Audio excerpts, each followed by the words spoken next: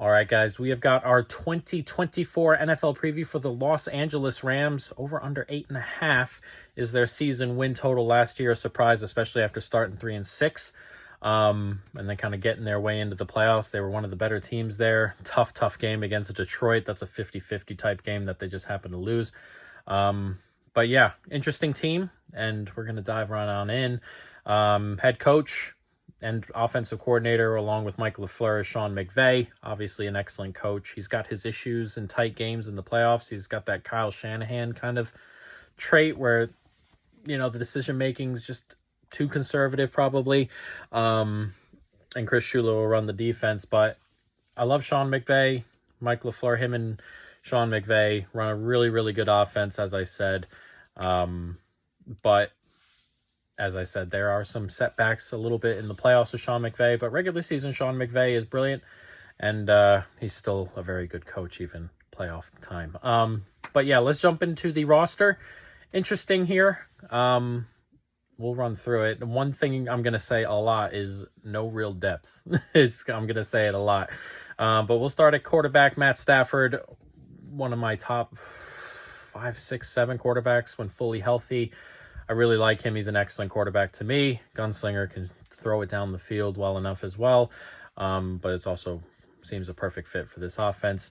Jimmy G is behind him, though he'll miss the first couple of games, suspended. Stetson Bennett behind him, which is important because Matt Stafford has been injury prone, the last couple of years. There's some things nagging him. There are some things still nagging him. So backup is important, and Jimmy G can win you a couple of games with this team for sure. Stetson Bennett, I'm not so sure he can. He can find a way. Stetson Bennett's not a starter in this league, so it's a dip down if it gets that far. Running back, Kyren Williams, he was excellent last year. They draft Blake Corum. They have Ronnie Rivers. A bit of a screw in the gears the other day when McVay said he was going to be returning punts, so we'll see what that's like with Kyren Williams. People have to remember that Kyren Williams is a late draft pick, and with running backs, that's more of a talent thing. And I'm not saying he's not talented, but when a running back isn't as high on the talent board as others, they break out and then they kind of fall back a little bit. So I wouldn't be super surprised if Blake Corum and Ronnie Rivers here get some touches close to 40%. If Kyron's going to be returning kicks, we'll see. But he's a good running back. Blake Corum's a good running back. This may end up being a committee in the end, and that wouldn't hurt this team necessarily. It would just hurt people who drafted Kyren Williams in the first couple of rounds of their fantasy drafts. But good running back room. Wide receiver room is interesting. Cooper Kupp is obviously still very good. He's getting up there in age a little bit and dealing with some injury stuff, so we'll see. Puka Nacua, an incredible year last year, one of the best rookie years ever. And he does a lot more than even shows on the box score. He's a great run blocker, really good in the running game, and I think fourth of any rookie wide receiver in the last 2 decades or something in yards per route. He was really, really incredible, and he'll hope to keep that up this year. Demarcus Robinson is the third wide receiver, not great. Tutu Atwell's okay. Jordan Whittington, I liked coming out of college, and he's been getting a lot of buzz in camp, so we'll see. Tyler Johnson. So it's a thin room, and Cooper Kupp's injury prone. Puka Nacua is dealing with a bit of an injury here, so it's a worry for me, especially considering how thin the rest of the team is. And we'll jump into tight end. Another okay group. Tyler Higbee's pretty good, but coming off an ACL, he's going to start the season on the PUP list. Going to miss 4 games. Colby Parkinson is the name that's been getting the buzz at tight end. We'll see how good he is.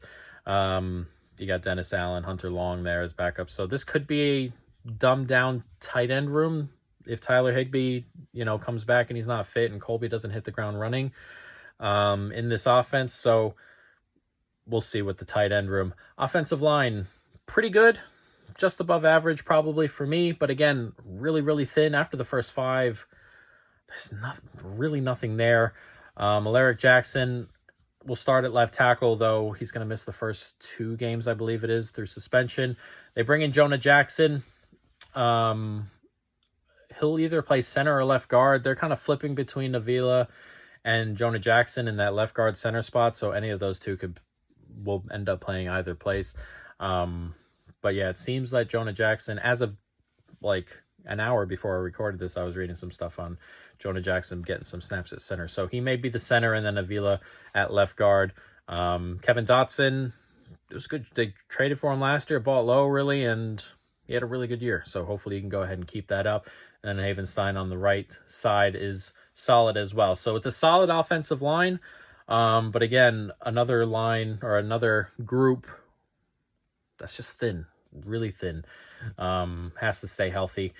So the offense is good. I like the offense. It's just filled with injury problems at tight end, at wide receiver, at potentially at quarterback as well.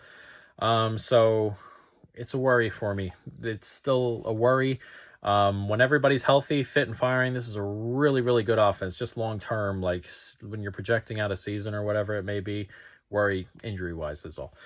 Defensive line, interesting. They lose Aaron Donald, which to me was the best D tackle ever. That is a huge, huge loss. And then it's a very, very young D-line after that. Bobby Brown will start next to Kobe Turner now. Kobe Turner had a really, really good second half of the year last year. I worry about what his year coming will be like. This is his second year, number one, and two. He had a big second half to his rookie year, but he was playing next to Aaron Donald, and offensive lines game plan for that stuff and let other players get one-on-ones and stuff like that. So we'll see what, regular work on offensive lines gets him and this defensive line in general. Braden Fisk also going to sit in that middle of their 3-4, a rookie. And then on the outside, Byron Young is okay. Jared Verse, another rookie, will be on the other side, an early draft pick there. So it's an interesting group, a really young group. And a group that's going to have to deal with different game plans, because last year, most of these guys, well, not last year, but normally on the Rams defensive line, when Aaron Donald's around, you're getting one-on-ones everywhere else. It's not going to happen this much anymore. So anybody who stands out is just going to get the doubles, and the other guys are going to have to win their one-on-ones. 2 rookies in there, a second-year player, some other good players in there that just aren't great. So it's very young. Their outcomes could be really good. I mean, Jared Verse and Frisk can hit the ground running.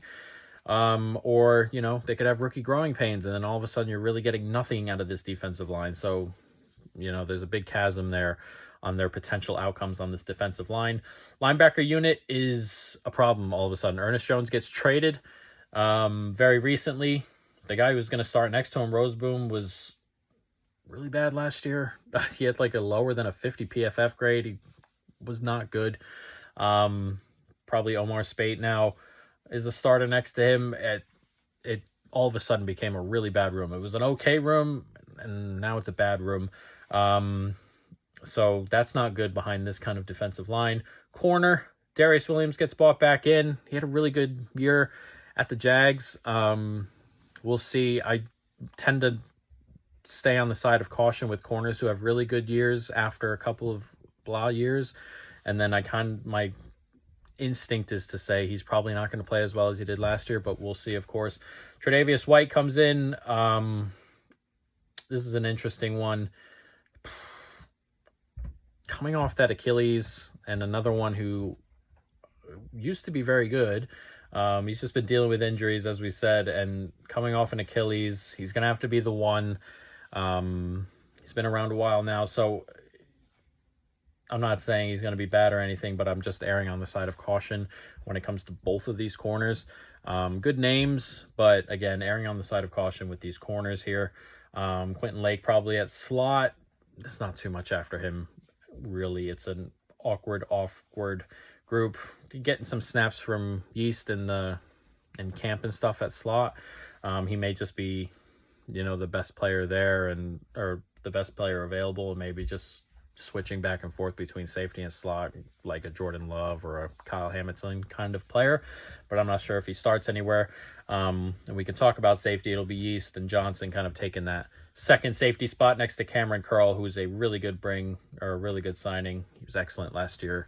Really, really good in Washington. So it's an interesting defense. It's all about the D-line here and all about the health. of Tre'Davious White, really. It's kind of what it comes down to. Can these rookies come in and bring up this defensive line? Can Kobe Turner continue where he left off last year? And can Tre'Davious White stay healthy? And Darius Williams keep up his play? That's pretty much where it's going to be, because this is a bad linebacking group. I'm not expecting a ton of pass rush. Secondary, again, it's a weird spot. I'm really worried about it. Really, really worried about it. But we can look at the schedule where things start off pretty difficult. There are 3 road games in their first 4, at Detroit, at Arizona, and at Chicago, with the 49ers mixed in between that Chicago and Arizona game. And then Green Bay after that, right before their bye, which is an early bye, which is not ideal for a team that, like this, that's kind of got things to, in terms of, health, you kind of want it a little bit later, perhaps. They're going to be healthy as they can be at the beginning. It's that middle of the season kind of where you want your bye on a team like this. Early bye is not ideal, but after the bye, some winnable games here. Las Vegas at home, Minnesota at home, and then at Seattle, and then Miami at home, at New England. So there are winnable games there. Theoretically, those are all winnable, all 5. I'm not saying the first 4 aren't either, by the way. They're just difficult. But the 5 after the bye are all very winnable. Then you got Philadelphia at home, at New Orleans, Buffalo, at San Francisco, at the Jets. So a really, really difficult stretch in the second half of the season. And that's where things could fall. I mean, if they go into that stretch there, Philly, at New Orleans, Buffalo, at San Fran, at the Jets, you go into that with slightly banged up Stafford. You're missing one of the wide receivers. 2 of the O-linemen are down, and the D-line is just not hitting. I mean, you losing all 5 of those? Probably. So it's a difficult position there. And then Arizona and Seattle to end it at home, which is a nice stretch. They're 2 division games, but if you're in the playoff race and you got to win those last 2 to get into the playoffs, it's a nice stretch to have. One, because you got 2 home games there, 2 foes you're familiar with, and 2 teams that you can beat, and 2, you can go into the playoffs there on a decent run if that's the case. So my thoughts with the Rams is that it's, edge cases for me. If they stay healthy, this is a potential NFC Championship type team. The offense is that good when they're healthy. If the rookies hit and, the corners stay healthy, it could be that good. But also, things could fall apart really, really quickly here, and I'm on that side, unfortunately. So we have 2 bets. Rams under 8.5 at plus 135, the $1.50 bet. Excuse me.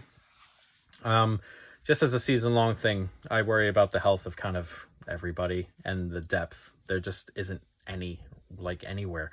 Don't love the depth in a variety of different places, like the depth at running back, and that's kind of it. Jimmy G could do enough at quarterback, but Stafford has injury issues. Cooper Kupp has injury worries. Puka Nacua has started the year with an injury worry. Higbee's going to be coming back off an ACL.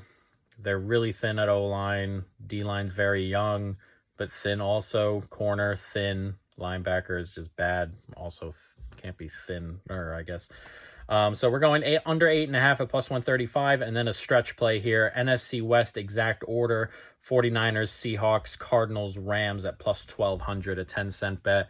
This is just the way I could find to play the Rams last. I think the Seahawks have a decent year. So I have them second to a 49ers team I think wins the division, regardless of all the issues they're kind of having. So that's our stretch play with the Rams to finish last in the division, and a division that's everybody's got a win total above 7.5. So 12-1 on that, I think, is a good number for the worst case scenario for the Rams. And yeah, so interesting team. Got some worries.